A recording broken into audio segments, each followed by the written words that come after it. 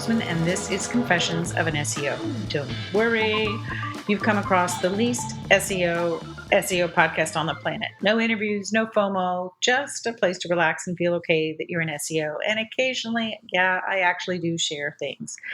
Plus, I hope if you're a business owner listening, that you may hear something that will help you want to improve the relationship between yourself, your SEO, or SEO agency. Because you need to know who to trust, and it's time to stop micromanaging with Search Console data. Welcome to Season 4, Episode 9 of Confessions of an SEO. Thanks to those who took me up on the free trial to Crawl or No Crawl, where members get insights and first notice of things that are happening behind the scenes in Google. Now, if you missed out, make sure that you keep following me because you never know what I'll do. Check out crawlornocrawl.substack.com and sign up for a free account. If you're interested, it's $18 a month to leverage knowledge from my testing to your advantage. Now, last week was a barn burner. Saw something happen in the crawlers that I hadn't seen during the entire time that I've been watching Googlebots, and it's been a couple of years. Now, last week, I was talking about an article published by a website called HouseFresh, in which they demonstrated their inability to rank for a desired keyword as proof positive that Google was favoring deep pockets over some spunky initiative, independent type site. Now, if you haven't read it yet, there's a pun in there. I guess it's intended. Search for Google killing independent sites. Now, the article in question is the top result. And if you scroll down, you will find a YouTube video with the title Response to HouseFresh Viral Post. Well, that's me and my friend and partner in crime, Marie Isaias. Now, we made a video and had, frankly, way more fun than you would think possible when it comes to a ranking disaster. We're kind of like the Blues Sisters, on a mission from Gad. This article has led to several discussions between us, and the time it has that we did all this, it was great because it really helped me be able to form my diagnosis on what exactly is happening.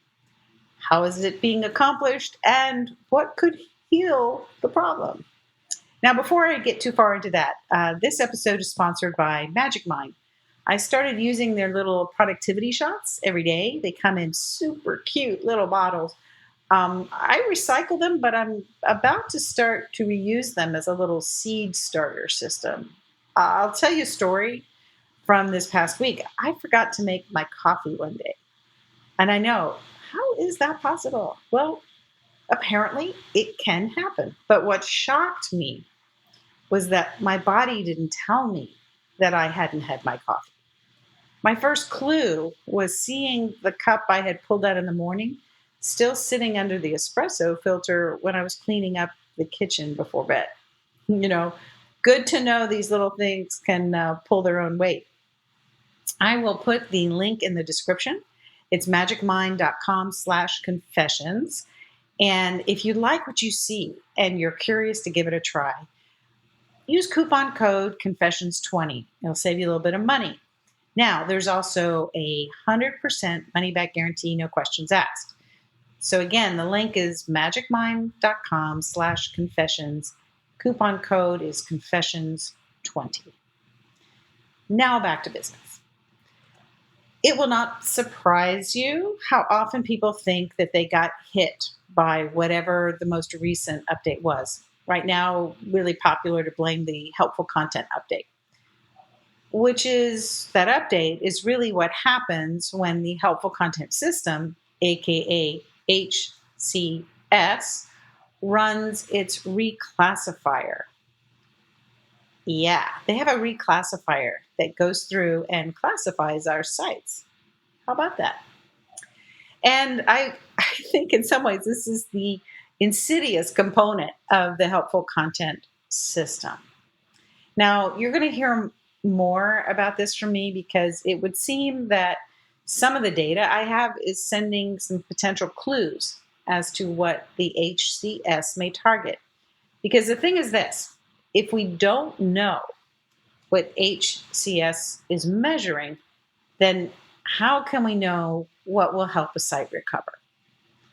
Everyone thinks these updates that are coming in fast and furious and literally right on top of each other.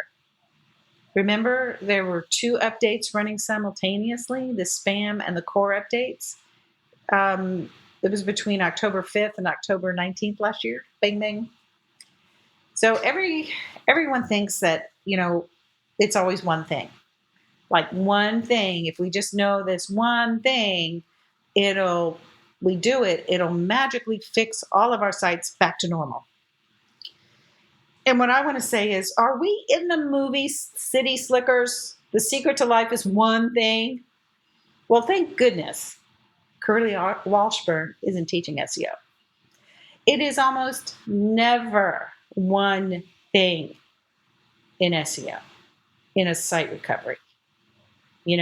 Some people have been saying add a bio because there's an article that says to do it, only to find out adding a bio did not recover sites that were knocked down and continue to lose revenue.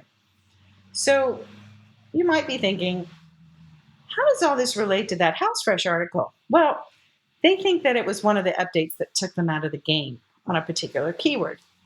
Now be careful how you listen to what I'm saying. I'm saying they think, not that I think. Now, in last week's episode, I was pondering, well, what if they're right? What if Google is really killing off independent sites? But this week, I'm kind of curious, what if they're wrong? What if they are killing off their own site?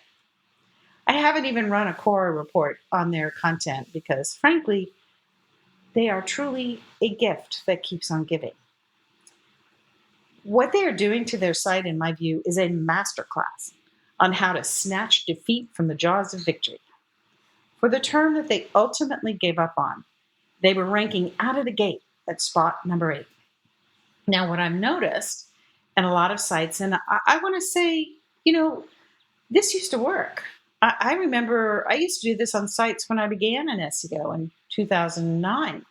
They don't know a good thing when they see it. So when I say they, I mean HouseFresh. So they try to help it along with more of the same. And when you do that, you can tank a site that's making $20,000 a month. If you do what they are doing, it can literally cost you a shit ton of money.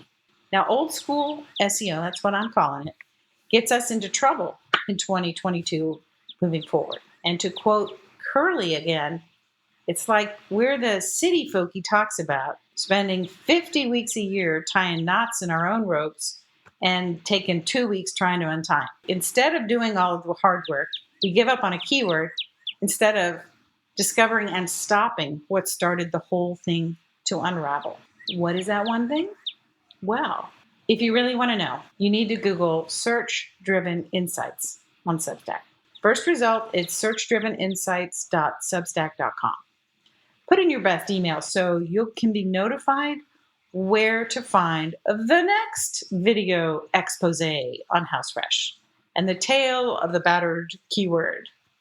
It is no exaggeration. It is so much fun to investigate this story and to share it, not just from a sort of salacious point of view, like it is fun, but it's actually more meaningful to do it from a teachable moment for many. This is an excellent cautionary tale. Thank you for being a listener, and that's going to do it for this week. If there are any topics you'd like me to cover in March, you can text Confessions 512-222-3132. Type in your topic idea.